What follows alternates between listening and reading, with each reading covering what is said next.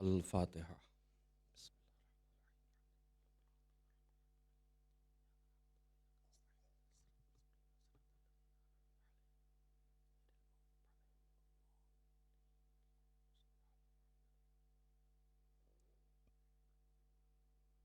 اعوذ باللہ من الشیطان اللعین الرجیم،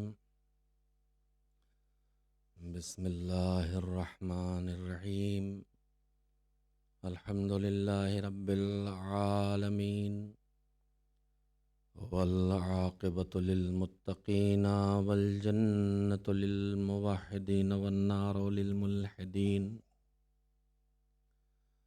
والصلاة والسلام على سید الانبیاء والمرسلین، سیدنا و نبینا و شفیعنا ابی القاسم محمد صلی اللہ علیہ وسلم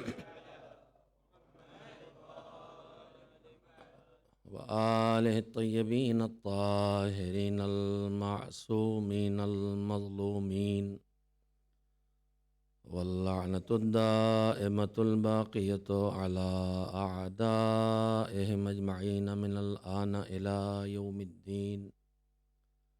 أما بعد، فقد قال الله سبحانه وتعالى في كتابه المبين، وهو أصدق الصادقين وقوله الحق.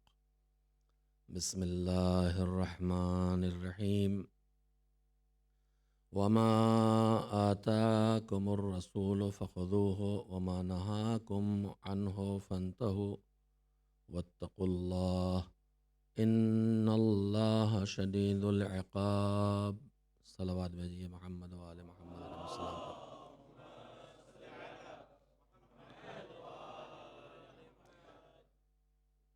سورہ حشر جو قرآن مجید کے سوروں میں 59واں سورہ ہے، سورہ نمبر 59، اس کی 7ویں آیت ہے، آیت نمبر 7، جس کی تلاوت میں نے آپ حضرات کے سامنے کی ہے، جس میں پروردگار عالم نے مسلمانوں کو، ہم کو اور آپ کو، سب کو ایک بہت ہی اہم حکم دیا ہے۔ قرآن کریم ہماری زندگی کے لیے، اس دنیا کی زندگی، دنیا کے بعد آنے والی آخرت کی زندگی، جس کا آغاز موت سے ہوتا ہے، جس پر آپ نے ابھی ایک علمی گفتگو سماعت کی ہے۔ دنیا کی زندگی، آخرت کی زندگی انسان کے جسم سے متعلق یا انسان کی روح سے متعلق، اکیلے انسان کے لیے یا اس کی سوسائٹی کے لیے، جہاں جہاں انسان کو راستہ بتانے کی ضرورت ہے، اور ہر جگہ انسان کو راستہ بتانے کی ضرورت ہے، ان تمام جگہوں کے لیے قرآن کریم ہدایت دیتا ہے، راستہ بتاتا ہے۔ اس کی ہدایت کے 2 حصے ہیں۔ کبھی وہ کسی کام کو کرنے کے لیے کہتا ہے، اور قرآن کبھی کسی کام سے روکتا ہے۔ پورا دین کا نظام اور دین کا سسٹم انہی 2 چیزوں کے اوپر ہے۔ اگر آپ دیکھیں تو دین کا آغاز کس چیز سے ہوتا ہے؟ دین کا آغاز ہوتا ہے اللہ کے وجود کے اقرار سے، اس بات کے ماننے سے کہ اللہ ہے، اس دنیا کا، اس کائنات کا، یونیورس کا بنانے والا ہے، ایک ہے، اکیلا ہے، نالج والا ہے، پاور والا ہے، رحمت والا ہے۔ یہ ساری چیزیں ہماری عقل سمجھتی ہے۔ دین کا آغاز یہاں سے ہوتا ہے۔ اب توحید یعنی اللہ کو ایک ماننا، اکیلا ماننا، اس کے مقابلے میں بہکے ہوئے انسان جن کی عقلیں کسی وجہ سے یا تعصب کا شکار ہو کے یا حالات کا شکار ہو کے، ماحول کا شکار ہو کے اس سچائی تک نہیں پہنچ پاتی۔ کوئی دو خداؤں کو مانتا ہے، کوئی لاتعداد خداؤں کو مانتا ہے جسے شرک کہا جاتا ہے۔ تو دین جہاں سے شروع ہوتا ہے وہیں سے یہ مسئلہ شروع ہو جاتا ہے کہ یہ مانو اور یہ نہ مانو، توحید کو مانو اور شرک کو نہ مانو، نبوت کو مانو، نبوت اور رسالت کا انکار نہ کرو، امامت کو مانو اور امامت کا انکار نہ کرو۔ تو یہ پہلا مرحلہ ہوتا ہے ماننے اور نہ ماننے کا۔ یہ مانو اور یہ نہ مانو، اللہ کو عادل مانو، ظالم نہ مانو، اللہ کو جسم اور باڈی کا محتاج نہ مانو۔ اس کے بعد پھر شروع ہوتا ہے کرو اور نہ کرو۔ دین کی جو پورا دین اس پر اگر آپ نگاہ ڈالیں تو پہلی منزل آتی ہے مانو اور نہ مانو کی، جو عقیدے کی منزل ہے، جو اصول دین ہے۔ اس کے بعد آتا ہے کرو اور نہ کرو، یہ کھاؤ یہ نہ کھاؤ، یہ دیکھو یہ نہ دیکھو، یہ سنو یہ نہ سنو۔ تو پورے دین کا اگر آپ نظام دیکھیں گے تو اس میں دین کچھ نہ کچھ کہتا ہے ہم سے کرنے کے لیے، یا کچھ نہ کچھ روکتا ہے ہم کو کچھ چیزوں سے کہ تمہیں یہ نہیں کرنا ہے۔ میرے عزیزوں، پورے قرآن پہ نظر ڈالیے تو قرآن کریم میں الگ الگ احکام ملیں گے۔ نماز پڑھو، روزہ رکھو، زکوٰۃ دو، امانت کا خیال رکھو، وعدہ پورا کرو، جھوٹ نہ بولو، خیانت نہ کرو، بدکاری نہ کرو، غیبت نہ کرو۔ تو آپ پورے دین کے نظام پر نظر ڈالیں گے تو دین کا نظام کرو اور نہ کرو کے درمیان ہے۔ میں آپ سے کہنا چاہتا ہوں، جس آیہ کریمہ کی تلاوت کی ہے اور میں نے، اور جس آیت کے تحت اپنی ان باتوں کے لیے، روزانہ کی ان مجلسوں کے لیے جو عنوان طے کیا ہے، جو سبجیکٹ لیا ہے، جو موضوع طے کیا ہے، قرآن، اہل بیت اور ہم۔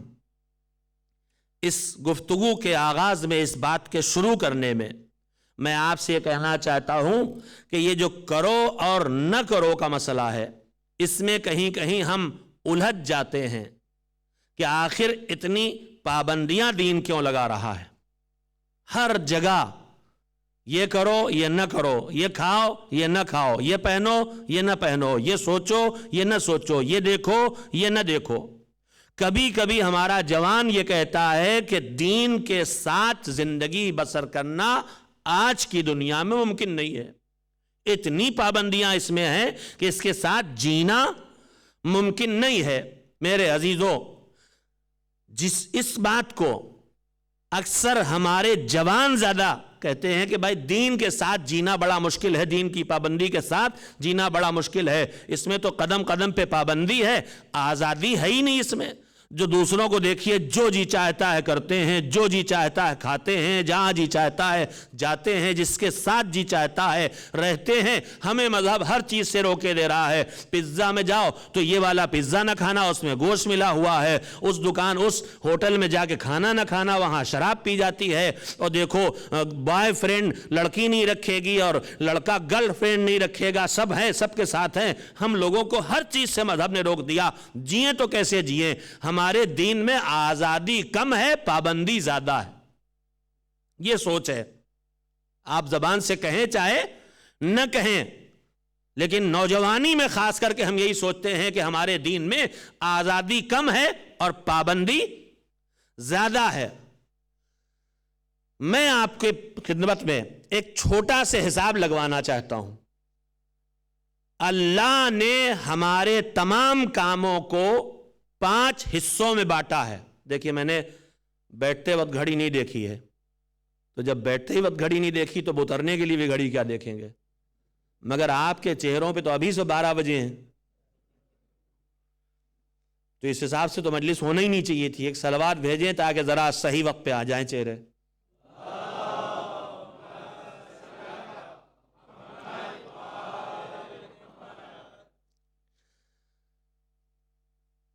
جتنے کام انسان کرتا ہے یا کر سکتا ہے ان کی 5 قسمیں ہیں. مذہب کی زبان میں اور بچپن میں ہم کو دینیات میں پڑھایا گیا ہے: واجب، مستحب، حرام، چوتھا بتائیے، مکروہ. واجب، مستحب، حرام، مکروہ. 5ویں قسم کیا ہے؟ ہاں، ہمارے ایک استاد تھے جو پڑھاتے تھے، اس کے بعد کہتے تھے، پڑھاتے پڑھاتے رک کے کہتے تھے واپس کرو واپس کرو. یعنی بیچ میں رک کے دیکھتے تھے کہ سن بھی رہا ہے کہ نہیں. تو ویسے ہی مجلس میں بھی کبھی کبھی کرنا پڑتا ہے کہ ہم بول ہی رہے ہیں خالی یوں ہی بلا وجہ. تو واجب ہے، مستحب ہے، حرام ہے، مکروہ ہے. 5ویں قسم کیا ہے؟ مباح، جائز. کیا مطلب ان 5 کا؟ جتنے کام ہمارے ہیں ان 5 قسموں سے باہر نہیں ہے. یا تو واجب ہے. واجب کا مطلب کیا ہے؟ تو کرنا ہی کرنا، نہیں کیا تو پٹائی. مستحب کا مطلب کیا ہے؟ کرنا ہے تمہیں فائدہ چاہیے کرو، نہیں کرو گے پٹائی نہیں ہوگی، تمہارا خود ہی نقصان ہوگا. تو واجب اور مستحب دونوں کا تعلق کہاں سے ہے؟ کرو. واجب برے کاموں کو اللہ واجب کرتا ہے، اچھے کاموں کو. اب اس میں کوئی سوچنے کی بات نہیں ہے. حالانکہ لگتا تو یہی ہے کہ صبح صبح نیند سے اٹھ کے نماز پڑھنا کون سا اچھا کام ہے.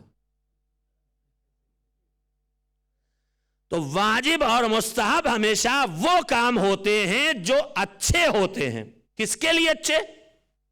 یا میری باڈی کے لیے اچھے، یا میری روح کے لیے اچھے، یا میری دنیا کے لیے اچھے، یا میری آخرت کے لیے اچھے، یا میرے لیے اچھے، یا میرے کنبے، میری فیملی، میرے رشتہ دار، میرے عزیز انسانوں کے لیے اچھے، یا میرے لیے اچھے، یا اس زمین کے لیے اچھے، اس یونیورس کے لیے اچھے. جب کوئی کام اچھا ہوگا تو اللہ اسے یا کہے گا واجب یا کہے گا مستحب. اگر اس کام کی اچھائی اتنی زیادہ ہے کہ محبت کرنے والا مالک یہ نہیں چاہتا کہ میرا یہ بندہ اس اچھائی سے محروم رہے، تو اسے کر دیتا ہے واجب. جیسے ہم اپنے بیٹے کو، بچے کو چاہتے ہیں، بیٹی کو چاہتے ہیں، تو اس کے لیے بہت سے کام ہیں اچھے ہیں، لیکن کچھ کام اتنے اچھے ہیں اس کے لیے کہ ان کو ہم نہیں چاہتے کہ اچھا کام ہمارا بیٹا چھوڑے. اور اگر چھوڑے گا تو ہم پٹائی کریں گے. انگلینڈ کی بات نہیں کر رہے بھائی، انڈیا کی بات ہے. یہاں کہاں پٹائی کریں گے؟ یہاں پٹائی کیا کریں گے؟ خالی بات کریں گے، خود ہی پٹ جائیں گے پولیس کے ہاتھوں. سنا ہی ہوگا آپ ہی لوگوں سے، میں نے سنا، آپ نے تو سنا ہی ہوگا کہ ایک صاحب نے اپنے بیٹے کو کچھ کہہ دیا، انہوں نے پولیس کو بلا لیا. پولیس آ گئی، ان کو بیچارے کو سزا وزا ہو گئی، انہوں نے کچھ نہیں کیا. چھٹیوں کا انتظار کیا. جب چھٹی ہو گئی، پاکستان سب کا فیملی پوری پاکستان چلے گئی ٹہلنے گھومنے کے لیے. پاکستان ایئرپورٹ پہ پہنچتے ہی لڑکے کی پٹائی شروع کر دی. کہا اب بلا پولیس کو. مقامی پولیس والے آئے، کہا بھائی صاحب کیوں مار رہے ہو اپنے بیٹے کو؟ کہنے لگے اس نے ایسا کیا تھا، وہاں پولیس بلا لی تھی. کہا میری طرف سے بھی 2 ہاتھ مارو اس کو. تو میں انڈیا کی بات کر رہا ہوں، یہاں کی نہیں. یہاں تو سوچ ہی نہیں. لیکن میں اتنا جانتا ہوں کہ تربیت کے نظام میں میرے عزیزوں کبھی کبھی آپ بھی متاثر ہو جاتے ہیں کہ نظام تربیت میں بچوں کے پالنے میں بس محبت ہونا چاہیے، لیکن مذہب اگر انسان کے سدھار کے لیے صرف محبت کو کافی جانتا تو صرف جزا رکھی ہوتی، سزا نہ رکھی ہوتی. البتہ بیلنس ہے، جزا 10 رکھی ہے، سزا 1 رکھی ہے. تو نظام تربیت سے سزا کو نکال نہ دیجئے، کم رکھیے. 10 بار پیار کیجئے تو 1 مرتبہ گھڑکیے بھی، تو قابو میں آئیں گے. ورنہ ہوگا وہی کہ انتظار کر رہے ہیں کہ کب 18 سال کے ہوں اور کب یا خود گیٹ آؤٹ یا والد صاحب کو، جس کا زور زیادہ چل جائے. خیر، تو نیک اور اچھا کام جو ہے اگر بہت اچھا ہو تو ہمیں جس سے بھی محبت ہو، ہم یہ نہیں چاہتے وہ اس سے محروم رہے. بچے کے لیے بہت سی چیزیں اچھی ہیں، ان میں سے ایجوکیشن اور تعلیم ہے. اگر بچہ پڑھنے نہیں جاتا تو کم سے کم انڈیا میں ہم برداشت نہیں کریں گے، پٹائی کر دیں گے کہ جانا تو پڑے گا اسکول، ماریں گے، کھانا بند کر دیں گے، جو بھی ہم سے ممکن ہوگا سزا دیں گے اس کو. تو کیا دشمن ہو گئے ہم اس کے جو اسے سزا دے رہے ہیں؟ نہیں، یہ سزا اس لیے دے رہے ہیں کہ اس سے ہم محبت کرتے ہیں. نہ پڑھنے جائے گا تو بڑا نقصان اٹھائے گا. یہ چھوٹی سی سزا جو ہے اسے اس بڑے نقصان سے بچا رہی ہے. تو واجب کے چھوڑنے پر اللہ سزا اس لیے رکھتا ہے کہ واجب کو چھوڑ کے بندہ نہیں سمجھتا کہ اتنا بڑا نقصان کر رہا ہے. جیسے بچہ نہیں سمجھتا ہے باپ سمجھتا ہے، ویسے ہی بندہ نہیں سمجھتا ہے مالک جانتا ہے. اس لیے کہتا ہے یہ تو کرنا پڑے گا ورنہ پٹائی ہوگی. تو اچھے کام کی 2 قسمیں، ایک ہے واجب جہاں چھوڑنے کو اللہ برداشت نہیں کرتا کہ میرا بندہ اس بھلائی سے محروم رہے، اسے کر دیتا ہے واجب. اور مستحب فائدہ تو بہت ہوتا اس میں، لیکن چھوڑنے میں اتنا بڑا نقصان نہیں ہے، تو وہاں اللہ گنجائش دے دیتا. جیسے اسکول تو جانا ہی پڑے گا، لیکن اب اسکول جانے کے بعد ہفتے میں 1 آدھ مرتبہ مثلا آج ٹیوشن جانے کا موڈ نہیں تو ہم بھی ڈھیل ہو جاتے، چلو آج چلو کھیل لو، ٹیوشن نہ جاؤ. اس لیے کہ اسکول نہ جانے سے بڑا نقصان ہوگا، لیکن ہفتے میں 1 آدھ مرتبہ ٹیوشن. یہ یہاں کے بچے کہیں کل سے ماں باپ کو سمجھانا نہ شروع کر دیں کہ مولانا نے کہا کہ ہفتے میں 1 دن گیپ ہوتا ہے ٹیوشن کا. ایسے سمجھے نہیں رہے ہوں گے میری بات کو. اردو نہیں سمجھتے نا، یہ سمجھتے اچھا تو مجھے سنبھل کے بولنا چاہیے. صلوات بھیجے محمد والے محمد. نقصان ہے اس میں بھی، کم نقصان ہے. تو واجب اور مستحب اچھے کام، چھوڑنے میں بڑا نقصان تو واجب، چھوڑنے میں کم نقصان تو مستحب. نماز چھوڑو گے پٹائی ہوگی، اذان و اقامت چھوڑو گے اپنا نقصان خود کرو گے، زیادہ ثواب سے محروم رہو گے. اس لیے کہ مستحب پہ اللہ آدمی کو واجب کے مقابلے میں زیادہ ثواب دیتا ہے. نہ کرو، نہ پڑھو نماز شب، اپنے ہی نقصان کر رہے ہو. بڑا فائدہ جو ملنے والا تھا وہ نہیں ملے گا. اب اس کے بعد ادھر ہے حرام اور مکروہ. حرام کیا ہے؟ جس کے کرنے میں اتنا ہی بڑا نقصان ہے. مثلا بچہ بجلی کا پلگ لگا ہوا ہے، خیر یہاں تو سب سیفٹی کے معاملات ہوتے ہیں، لیکن ہمارے ہاں تو سیدھے بچے کی انگلی جانے کے لیے بنائے جاتے ہیں. اب وہ بار بار انگلی ڈال رہا ہے تو ہم اس کو مار سکتے ہیں، چوٹ لگے اس کو، لیکن روک دیں گے کہ کہیں کرنٹ نہ لگ جائے. تو جب ایسا نقصان ہونے والا ہوتا ہے جسم یا روح کو، جیسے کرنٹ لگ کے موت آ جاتی ہے، روح مر جائے گی یا جسم مر جائے گا، تو اللہ اسے حرام کر دیتا ہے. غیبت تم نہیں سمجھ رہے ہو کوئی بری چیز ہے، لیکن ہم جانتے ہیں کتنا بڑا تمہیں نقصان ہونے والا ہے، تو ہم تمہیں حرام کیے دے رہے ہیں تمہارے لیے. تو بڑا نقصان ہو تو حرام کر دیتا، چھوٹا نقصان ہو تو اسے مکروہ کر دیتا ہے. میں نے آپ کو یہ گنتی کیوں گنائی؟ میں نے بات یہاں سے شروع کی تھی کہ دین کہتا ہے کرو نہ کرو، کرو نہ کرو. ہمارا جوان کہتا ہے کہ مصیبت ہو گئی، زندگی میں آزادی ختم ہو گئی، پابندیاں ہی پابندیاں ہیں، قدم قدم پہ یہ واجب، یہ مستحب، یہ حرام، یہ مکروہ. اتنی پابندیوں والا دین ہمارے بس کی بات نہیں. وہ بھی انگلینڈ جیسے آزاد ماحول میں، جہاں جس کا جو جی چاہے کہ وہاں اتنی پابندیاں نہیں ہوتی. لوگ جوان خاص کر کے کہتے ہیں دین میں پابندی زیادہ ہے اور آزادی کم ہے. میں اپنے جوانوں کو جڑوا دینا چاہتا ہوں، کیلکولیٹ کر کے دیکھیں کہ آزادی زیادہ ہے کہ پابندی زیادہ ہے دین میں. تو 4 قسم کے کام ہو گئے، واجب، مستحب، حرام اور مکروہ. پابندی والے ہیں کہ نہیں؟ ان سے باہر جو آئے وہ کیا ہے؟ جائز اور مباح. جائز اور مباح کا مطلب کیا ہوتا ہے؟ جس کا کرنا نہ کرنا دونوں بالکل برابر ہیں مجلس میں، چاہے بیٹھ کے جاگو چاہے سو. صفی حیدر کی مجلس ہے، چاہے جاگو چاہے سو، بالکل برابر کا معاملہ. میں تو کہتا ہوں کہ بھائی جس کو نیند کی نہ آنے کی بیماری ہو، ڈاکٹر کے پاس جا کے پلس نہ لے، میری مجلس میں آ جائے، اطمینان سے سلا دوں گا. اب آپ سلوات بھیج کے جگا دیں تو میری کوئی اس میں میری غلطی تھوڑی اس میں کوئی.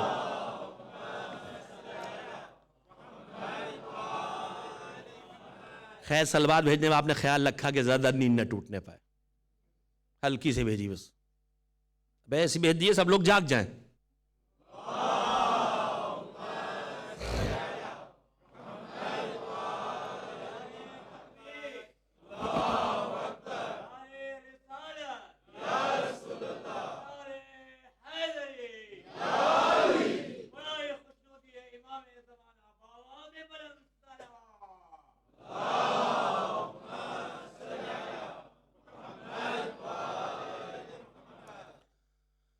تو 4 کام ہو گئے پابندی والے، اور ایک قسم بچی جائز اور مباح، دونوں برابر. نہ کہتا ہے کرو، نہ یہ کہتا ہے کہ نہ کرو. تو جہاں یہ نہیں کہتا، نہ کرو کہتا ہے نہ کرو کہتا ہے، تو وہ کیا ہے؟ جائز اور مباح.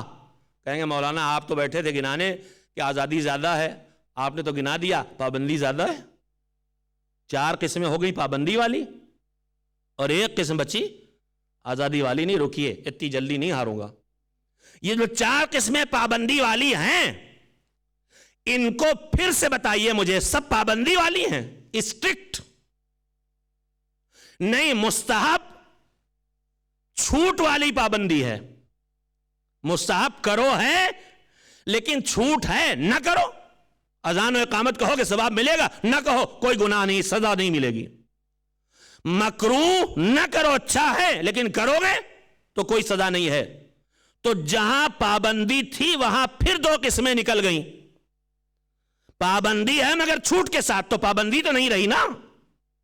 تو اب پابندی والی کتنی جگہیں بچی؟ ایک واجب اور ایک حرام. آزادی والی مکروہ، مستحب اور جائز. نہیں ابھی اور آگے سنیے، میں آپ کو مطمئن کروں گا کہ اسلام میں آزادی زیادہ ہے، پابندی کم ہے.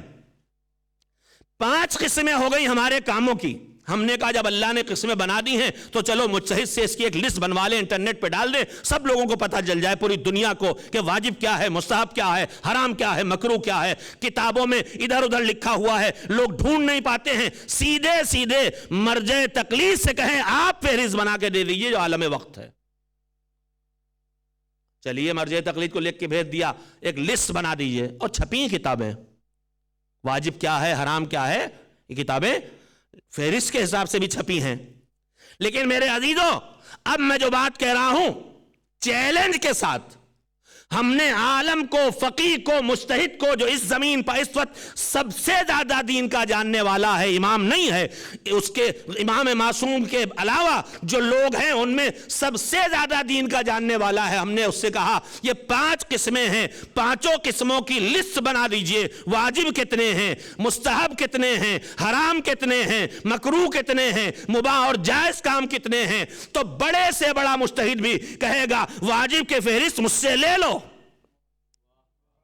حرام کی فہرست مجھ سے لے لو، مکروہ کی لسٹ میں بنا دوں گا. متوجہ ہو گئے نا آپ؟ واجب کی فہرست بن جائے گی، حرام کی لسٹ بن جائے گی، مستحب کی لسٹ بن جائے گی، مکروہ کی لسٹ بن جائے گی. لیکن جب مباح کی بات آئے گی تو ہر فقیہ اور عالم کہے گا مباح کی گنتی میں نہیں کر سکتا، جائز کی گنتی نہیں کر سکتا. جو واجب نہیں، جو مستحب نہیں، جو حرام نہیں، جو مکروہ نہیں، وہ سب کا سب جائز ہے. تو پھر مجھے کہنے دیجئے کہ ڈیوٹی جس میں پابندی ہے وہ گنتی کی ہے، اور آزادی جہاں پابندی نہیں ہے وہ ان گنت ہے، اس میں کوئی گنتی نہیں ہے. تو بتاؤ آزادی زیادہ ہے کہ پابندی زیادہ ہے؟ پابندی گنی جا سکتی ہے، آزادی کو گنا نہیں جا سکتا ہے. اللہ کے مذہب میں آزادی زیادہ ہے، پابندی زیادہ نہیں ہے. ہم ناواقف ہوتے ہیں اس لیے ہمیں لگتا ہے پابندی زیادہ ہے. دین سے واقف ہوتے چلے جائیے، آپ کو لگے گا دین کی پابندیاں کم ہیں، آزادیاں زیادہ ہیں. صلوات بھیجیے محمد و آل محمد پر۔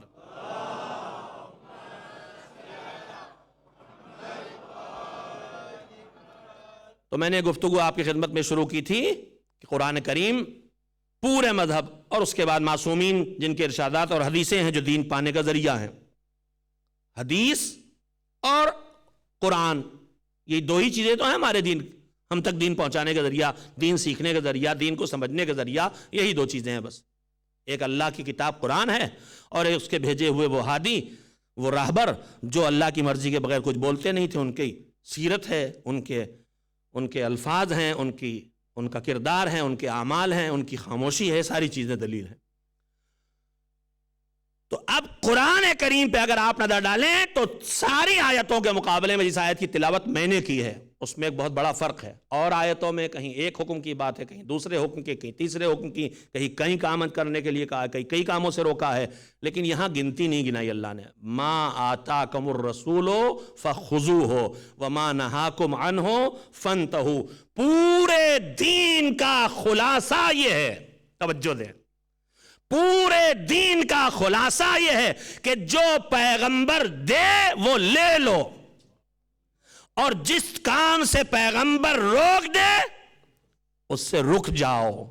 یہ ہے پورے دین کا خلاصہ۔ اور یہ کب کر سکو گے؟ واتقوا اللہ، جب تمہارے دل میں اللہ کا ڈر ہوگا، جب آخرت کا یقین ہوگا، جب یہ یقین کرو گے کہ اگر ہم نے احکام خدا کی پابندی کی تو جزا ملے گی، اور احکام خدا کو چھوڑا تو سزا ملے گی، اپنے آپ کو عذاب الہی سے بچانے کا جذبہ اپنے اندر پیدا کرو گے تو تم دین کی پابندی کر سکو گے۔ جو رسول دیں گے وہ لے لو گے، اور جس کام سے رسول روک دیں گے اس سے رک جاؤ گے۔ تمہیں تقوی اختیار کرنا چاہیے، کیوں؟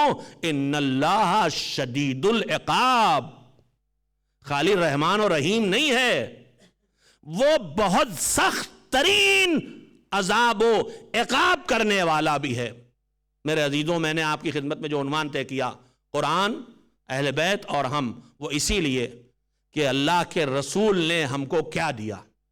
اللہ کے رسول نے اس دنیا سے جاتے جاتے پورے 23 سال کی محنت کا خلاصہ کر کے کہا تھا، انی تارکن فیکم الثقلین، میں تمہارے درمیان دو برابر کی قیمتی چیزیں چھوڑ کے جا رہا ہوں۔ ایک کتاب اللہ ہے، ایک اللہ کی کتاب، اور دوسرے وعطرتی اہل بیتی، دوسرے میری عطرت اور میرے اہل بیت۔ ما ان تمسکتم بہما، جب تک تم ان دونوں سے متمسک رہو گے، ان سے وابستہ رہو گے، ان کو پکڑے رہو گے۔ یہ نہیں کہ گھر میں قرآن رکھ لیا، تعزیہ رکھ لیا، یہ تمسک نہیں ہے۔ ان سے قرآن سے متمسک رہو گے، وابستہ رہو گے۔ تمسک پکڑنا، جیسے میں یہ ایسے کروں، یہ ہے تمسک، یہ نہیں ہے سامنے جو میں اس سے متمسک نہیں ہوں۔ پکڑ کے رہو گے ان کو، دامنے اہل بیت بھی تھامے رہو گے، اور قرآن کریم بھی تمہاری زندگی میں رہے گا تو گمراہ نہ ہوگے۔ ورنہ خالی قرآن کو گھروں میں طاقوں پہ سجانے سے گمراہی سے نہ بچو گے، اہل بیت علیہ السلام کی خالی نیاز کر لینے سے گمراہی سے نہ بچو گے۔ تمہیں ان سے وابستہ ہونا پڑے گا، تمہیں ان سے اٹیچ ہونا پڑے گا۔ وابستہ تمسک کا تصور سے دیکھنا چاہتے ہیں تو چلتی ہوئی ٹرین کو دیکھیں میرے عزیزو، آگے آگے انجن ہوتا ہے، پیچھے پیچھے بوگیاں ہوتی ہیں، بوگی انجن سے جڑی ہوتی ہے، جب جڑی ہوتی ہے تو جدھر انجن جاتا ہے ادھر بوگی جاتی ہے، اور اگر یہ کنیکشن کٹ جاتا ہے تو انجن چلا جاتا ہے، بوگی رہ جاتی ہے۔ بس ہماری بھی دو قسمیں ہو سکتی ہیں، کبھی ایسا ہے جیسے بوگی انجن سے جڑی ہوئی ہو، یہ ہے تمسک کر لینا، اور کبھی یہ کہ بوگی الگ کھڑی ہوئی ہے، انجن جا رہا، بوگی کو پتہ ہی نہیں ہے۔ مثال بات سمجھانے کے لیے ہوتی ہے، ورنہ یہ الفاظ مناسب نہیں ممبر کے لیے اور مثالوں کے لیے، لیکن بات بچے کے سمجھ میں آ جائے۔ دو ہیں جن سے ہمیں وابستہ رہنا ہے، جنہیں ہمیں پکڑ کے رکھنا ہے، جنہیں ہمیں سنبھال کے رہنا ہے، جن سے ہمیں لپٹ کے رہنا ہے، جنہیں اپنی زندگی میں بسا کے رہنا ہے۔ ایک ہے قرآن اور ایک ہے اہل بیت۔ یہ دو کون ہیں، ان کی عظمت کیا ہے، ان کا آپس کا رشتہ کیا ہے، ان کے بارے میں ہماری ڈیوٹی کیا ہے، اور یہ ہمیں دیتے کیا ہیں. یہ ساری وہ چیزیں ہیں جو میں اپنی گفتگو میں اپنے جوانوں کے لیے سامنے رکھنا چاہتا ہوں. بزرگوں کے لیے میرے پاس کوئی نیا بیان نہیں ہے، اور میں اتنا جانتا بھی ہوں کہ 14 صدیوں پرانی بات اگر ہے تو وہی سچی ہوگی، اور اگر کوئی نئی بات لائی گئی ہے تو وہ دین نہیں ہو سکتا، کچھ اور ہو سکتا. آج ممبروں پہ کہنے کو سننے کو مل جاتا، اب وہ سنانے جا رہا ہوں جو آج تک آپ نے نہیں سنا. بالکل نئے مصائب. اس کا مطلب یہ ہے کہ شمر والے مصائب تو نہیں ہو سکتے. اب آپ اس کی جگہ آ گئے ہوں. نئے کے چکر میں آج نہ جانے کتنی باتیں ہیں جو دین کے نام پہ سنائی جا رہی ہیں لیکن دین نہیں ہے.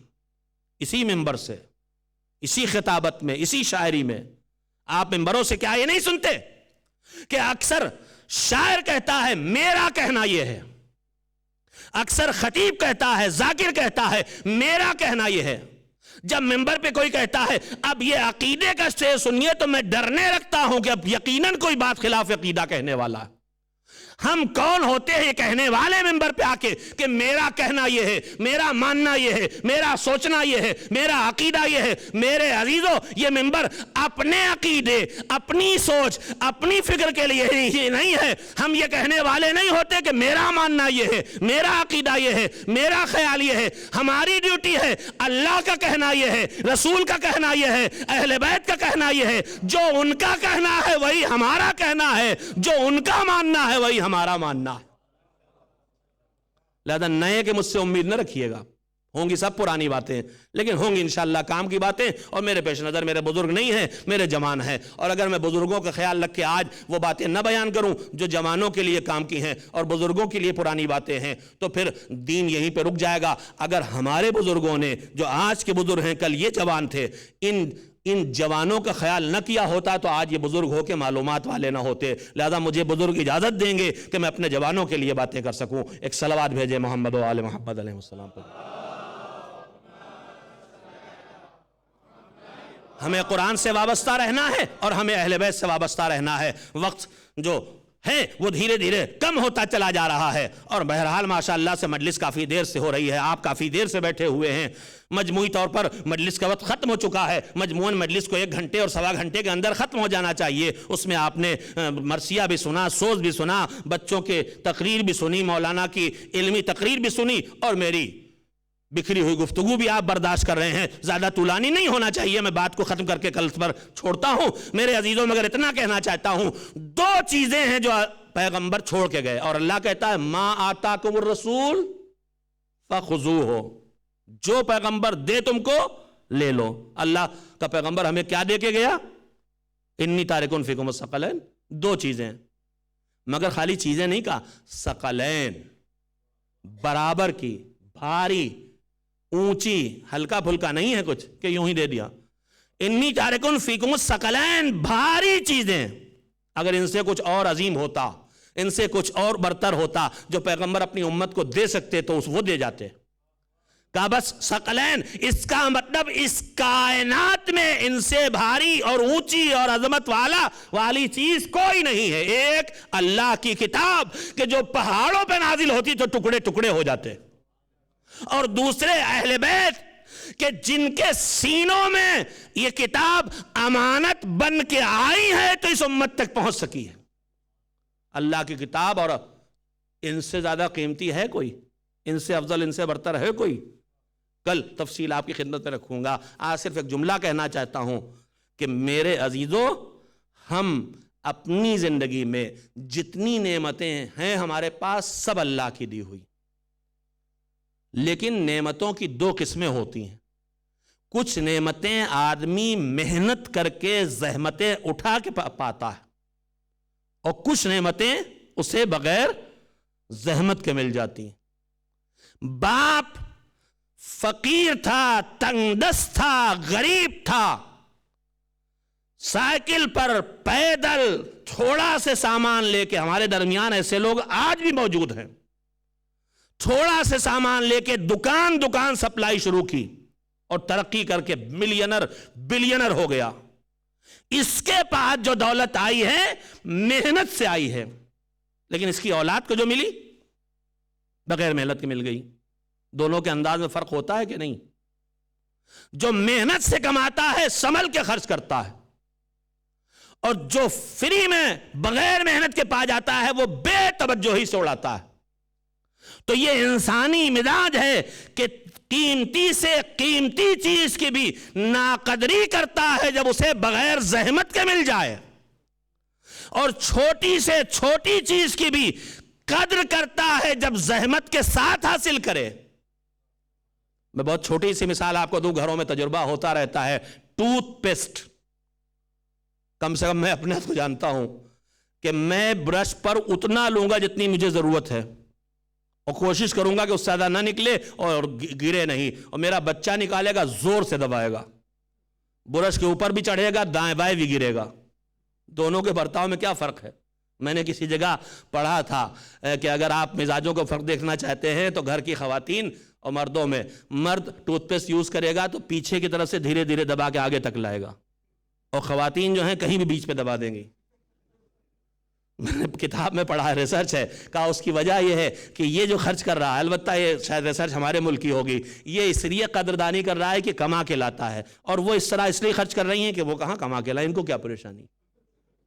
ہاں، میری بہنیں خفا نہ ہو جائیں کہ ہم یہاں کما کے لا رہے ہیں، اسی لیے نہیں لا رہی ہیں. اگر آپ تو مجبوری ہو تو لائیں، ورنہ اللہ نے آپ کی ڈیوٹی نہیں لگائی ہے. آپ کے ذمے اس سے بڑا کام کیا ہے. بیل کا کام مرد کے حوالے کیا ہے کہ محنت کرو، کما کے کھلاؤ.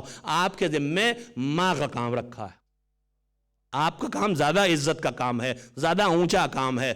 ہم جو اپنا پروڈکٹ دیتے ہیں وہ لوہے کے چند سکے ہوتے ہیں، آپ جو اپنا پروڈکٹ دیتی ہیں وہ انسان ہوتا ہے. آپ اسے شرف نہ سمجھیں کہ گھر کے باہر جا کے آپ نوکری کر رہی تو اونچی ہو گئی ہیں. آپ نے ڈی گریڈ کر لیا اپنے آپ کو اگر گھر کو چھوڑا ہے. آپ نے اچھا پروڈکٹ چھوڑ دیا ہے، بچے کو حوالے کر دیا ٹی وی کے، بچوں کو حوالے کر دیا. ہاں، وہ کیا کہوں ان کو، جو ڈے کیئر ہے وہ ڈے کیئر نہیں ہے. ارے وہ جو نام آپ کا جی چاہے رکھ لیں، لیکن میرے حساب سے وہ کیئر نہیں ہے. اگر انگلش میں کوئی ڈی کیئر ہو سکتا ہو تو ڈے کیئر سینٹر نہیں ہے، بلکہ ڈی کیئر سینٹر ہے. وہاں کوئی کیئر ویئر نہیں ہے. اگر کیئر ہے بھی تو کیا ہے کہ کھلا پلا کے موٹا کر دو، جسم مضبوط بنا دو، روح کو مار ڈالو. انسان شکل کا رہ جائے، اندر سے جانور ہو جائے. کھانے کا حریص، اسے بھیڑ بھی بنا دو، اسے بھیڑیا بھی بنا دو. یہی ہو رہا ہے. اب آدمی ان سینٹرز میں بھیڑ اور بھیڑیے بن رہے ہیں، آدمی نہیں بن رہے ہیں. خیر اس وقت اس کی گفتگو کا موقع نہیں. تو میں کہہ یہ رہا تھا کہ جس چیز کو انسان محنت سے حاصل کرتا ہے، چاہے وہ بالکل معمولی ہو، اس کی قدردانی کرتا ہے. اور جس چیز کے حاصل کرنے میں اسے زحمت نہیں اٹھانا پڑتی ہے، وہ چاہے جتنی قیمتی چیز ہو، اس کی قدردانی نہیں کرتا. ہم گھروں میں روز دے سکتے ہیں اپنے اور بچوں کے درمیان. بچے کس تیزی سے چیزوں کو برباد کرتے ہیں اور ہم سنبھال کے رکھتے ہیں، اس لیے کہ ان کو محنت نہیں پڑی ہے. میرے عزیزوں، مجھے کہنے دیجئے کہ جو ہمارے ان بچوں کا مزاج ہے، جن کو اوپر زحمت نہیں پڑتی اس لیے چیزوں کو برباد کرتے ہیں، اسی طرح سے ہمارا مزاج ان ساری نعمتوں میں سب سے بڑی نعمت کیا ہے؟ 2-4 منٹ زیادہ ہو جائیں تو ہمیں معاف کر دیے گا، لیکن اب بات مجھے ختم کرنا پڑے گی. اور صلوات کاؤنٹ نہیں ہوتا ٹائم میں.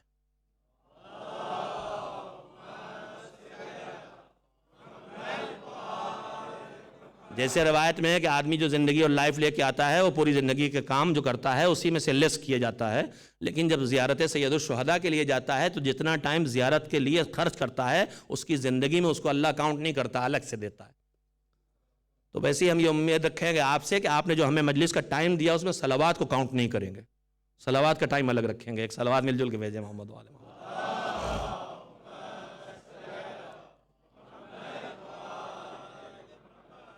کتنی عظیم نعمتیں ہیں یہ. میں ایک وقت مثال صرف دے دینا چاہتا ہوں، زیادہ وقت نہیں لینا مجھے.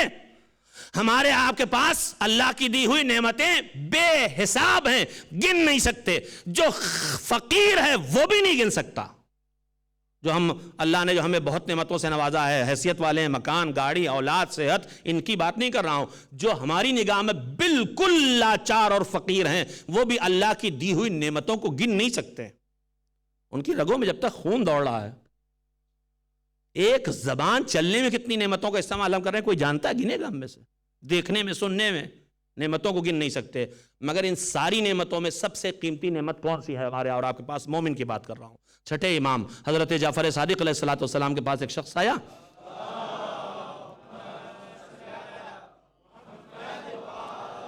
ان کا دروازہ وہ ہے کہ یہاں اگر کوئی مانگنے آتا ہے تو اس سے پہلے کہ وہ مانگے یہ دے دیتے ہیں.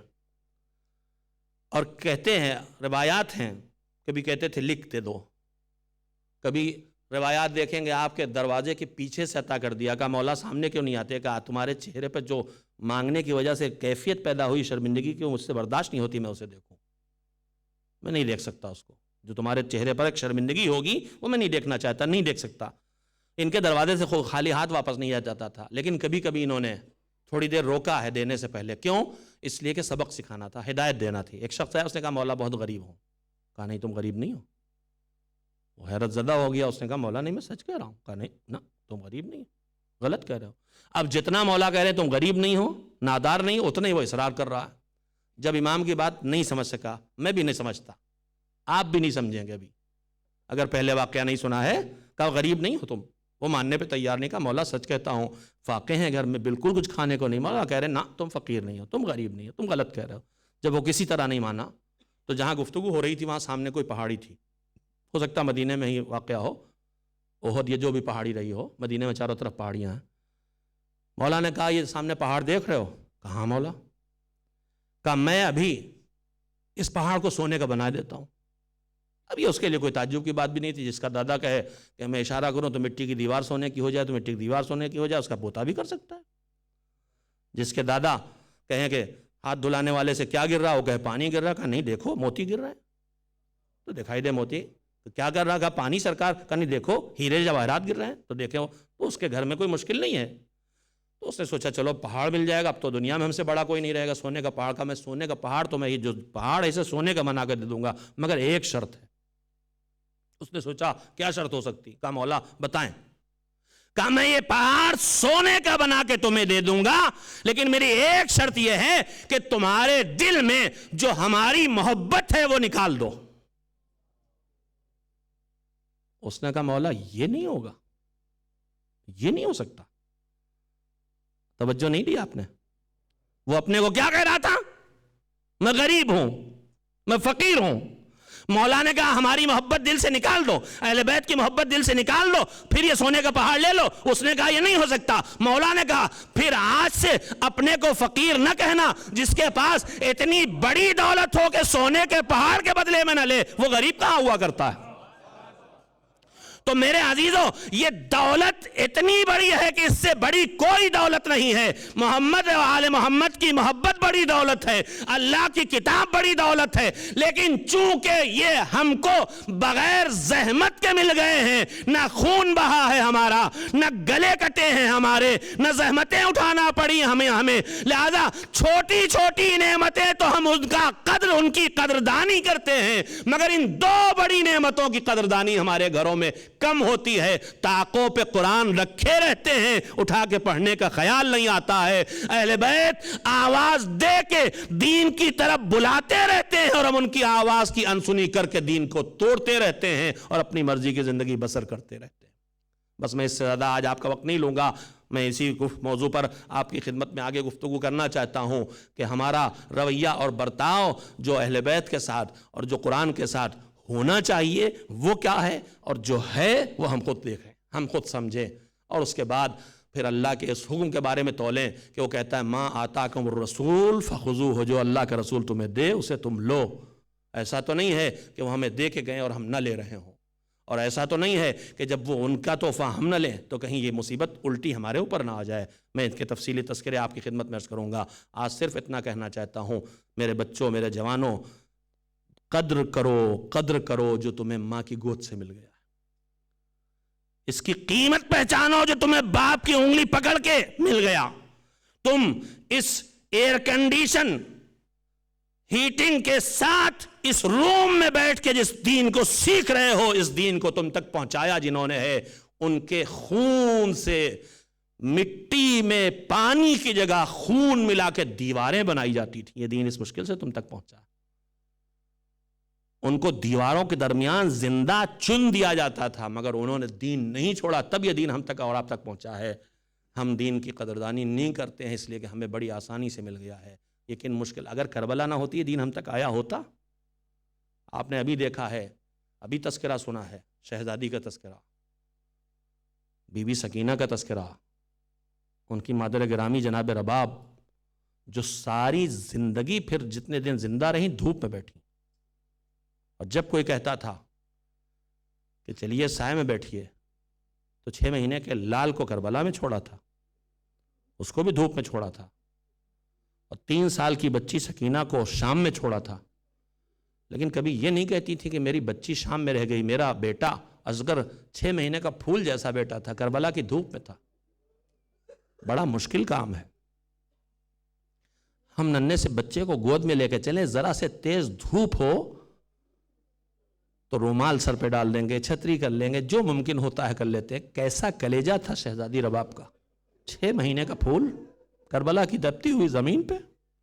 مگر جب کوئی کہتا تھا کہ دھوپ سے اٹھ کے بیٹھ جائیے سائے میں، تو کبھی نہیں کہتی تھی میرا بچہ پڑا تھا کربلا میں دھوپ میں. آواز دیتی تھی میرا سرتاج، میرا آقا حسین، اس کی لاش کو میں نے دھوپ میں تپتی ہوئی دھوپ میں چھوڑا ہے، میں سائے میں کیسے چلی جاؤں. عجیب و غریب کردار ہیں یہ کربلا کے. یہ ماں ہے، 2 ننھے بچوں کی ماں، مگر روئی ہمیشہ تو اپنے آقا حسین پہ روئی. اور بچے بھی کیسے، پھول جیسے بچے، ایسے بچے، اتنے پیارے بچے کہ جس بیٹی کے بغیر حسین کبھی سوتے نہیں تھے. کل میں نے تذکرہ کیا تھا، اور چند دنوں تک میں آپ کی خدمت میں اسی مظلوم شہزادی کا تذکرہ کروں گا، اس لیے کہ کربلا میں ستم تو سب پہ ہوئے ہیں، مگر مجھے اس کمسن شہزادی پر کچھ زیادہ ستم دکھائی دیتے ہیں، اس لیے کہ حسین کی کچھ زیادہ چہیتی بچی تھی. کل بھی میں نے آپ کے سامنے کہا تھا کہ جب زخمی سکینہ دربار یزید میں پہنچی تھی تو یزید نے کہا تھا کہ میں اس طرح نہ مانوں گا، یہ تمہارے باپ کا سر ہے، یہ تمہاری گود میں آ جائے تب ہمیں یقین آئے گا. یعنی سکینہ کو حسین سے محبت کی سزا الگ سے ملی ہے. یہ سزا پہلی سزا نہیں تھی جو کربلا، جو شام کے زندان میں ملی، جو شام کے دربار میں ملی. سینہ پر سونے کی سزا تو کربلا سے ملنا شروع ہو گئی تھی. 11 محرم کو صبح جب ہوئی، سورج نکلا تو یزید کے لشکر کے نجس لاشیں دفن ہو رہے تھے، اور حسین کے خیموں، حسین کے لشکر کے پاک و مطہر جنازے زمین پر بکھرے ہوئے پڑے تھے. ایسا نہیں تھا کہ کوئی نہ تھا جو دفن کرتا. علی ابن الحسین تھے، مگر ہاتھ، پیر، گلے میں طوق اس طرح سے رسن بستہ تھے کہ جب سب نے عصر عاشور قافلہ روانہ ہوا تھا، سب نے اونٹوں سے گرا کے جنازوں تک اپنے آپ کو پہنچا دیا تھا، مگر یہ مظلوم اتنا بے کس تھا کہ اپنے آپ کو اونٹ سے گرا بھی نہیں سکا تھا. رنگ بدلا تھا چہرے کا. شہزادی جو اپنے بھیا کا ماتم کر رہی تھی، بھیا کی لاش پہ نظر پڑتے ہی یاد آیا تھا بہن میری امانتوں کا خیال رکھنا. وہ ایک مرتبہ مجبور بیٹے کی طرف مڑ گئیں، چہرے پہ آتے جاتے رنگ کو دیکھ کے کہا تھا بیٹا یہ حال کیا ہے؟ کہا پھوپھی اماں کیسے دل کو سنبھالوں، باپ کا جنازہ سامنے پڑا ہے، اتنا مجبور ہوں، دفن کرنا تو دور، ایک مٹھی خاک نہیں ڈال سکتا اپنے بابا.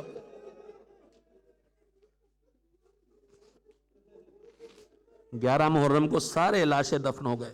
حسین اور ان کے ساتھیوں کے بے گور و کفن جنازے تپتی ہوئی ریت پہ پڑے ہیں. سورج ڈھلنے کے قریب پہنچ رہا ہے، غروب آفتاب کا وقت آ رہا ہے. قیدی بیٹھے ہوئے ہیں تپتی ہوئی دھوپ میں. اب خیمے نہیں ہیں، خیمے جل چکے ہیں. سوچو صبح سے شام تک تپتی ہوئی دھوپ میں یہ بچے، یہ بیبیاں، یہ قیدی، یہ زخمی، یہ بیٹھے ہیں کہ دیکھو اب کیا ہوتا ہے. یہاں تک ایک مرتبہ لشکر یزید سے کچھ سواریاں نکلیں، اونٹ، بے کجاوا اونٹ. سیدہ سجاد پھوپھی کے پہلو میں بیٹھے تھے. کہا پھوپھی اماں لگتا ہے ہماری روانگی کا وقت ہو گیا. کہا ہاں بیٹا. کہا پھوپھی اماں یہ اونٹ آ رہے ہیں، ان پہ کجاوے نہیں ہیں، ان پہ اماریاں نہیں ہیں. کہاں بیٹا دیکھ رہی ہوں. کہا پھوپھی اماں یہ جانور آپس میں کچھ باتیں بھی کر رہے ہیں. کہا بیٹا تم امام میں وقت ہو بہتر سمجھتے ہو. جانور یہ کہہ رہے ہیں کہ ہم نے سوار بہت بٹھائے ہیں، ہم نے بہت سواریاں بٹھائی ہیں، مگر اب تک اماریاں ہوتی تھیں، کجاوے ہوتے تھے، آج ہماری پشت پہ رسول کی بیٹیاں بیٹھیں گی، علی و فاطمہ کی لخت جگر بیٹھیں گی، نہ کجاوے ہیں نہ اماریاں ہیں، آہستہ آہستہ چلنا۔ عزیزو، جانور اتنا بے چین تھے مگر انسان کتنا درندہ تھا۔ آئے اونٹ، سیدہ زینب نے آواز دی، ہم خود سے سوار ہو جائیں گے، تو ہٹ جا۔ اب باروب لہجے میں، علی کے لہجے میں جو آواز دی، ظالم ہٹ گئے۔ زینب نے بلا کے ایک ایک کو پکار کے سوار کیا۔ آپ جانتے ہیں کیسے اونٹ پہ سوار کیا جاتا ہے؟ دو زانو ہو کے بیٹھ جاتی تھی، بی بی سے کہتی تھی میرے زانو پہ قدم رکھ کے اونٹ پہ سوار ہو جاؤ، یہاں تک کہ وہ وقت آیا، آ فضہ، میری ماں کی کنیز فضہ، آ میں تجھے سوار کر دوں۔ فضہ ہاتھ جوڑے آ گئی، ارے آپ مجھے سوار کریں گی، کل آپ کی اماں کو جواب کیا دوں گی؟ کہا جس ماں کا نام لیا ہے اسی کے حق کی قسم مجھے سوار کرنے لینے دے۔ فضہ بھی سوار ہو گئی۔ اب زینب تنہا کھڑی ہیں۔ کل عصر عاشور جب حسین ذوالجناح کے کنارے کھڑے تھے، داہنی طرف دیکھا تھا، بائیں طرف دیکھا تھا، زینب سمجھ گئی تھی، اب آتی تھی بھیا عباس نہیں رکاب تھامے، علی اکبر نہیں بازو پکڑے، یہ بہن ہے سوار کرے گی۔ اب تنہا زینب کھڑی ہے، بھیا کون تھا جو آ کے سوار کرتا؟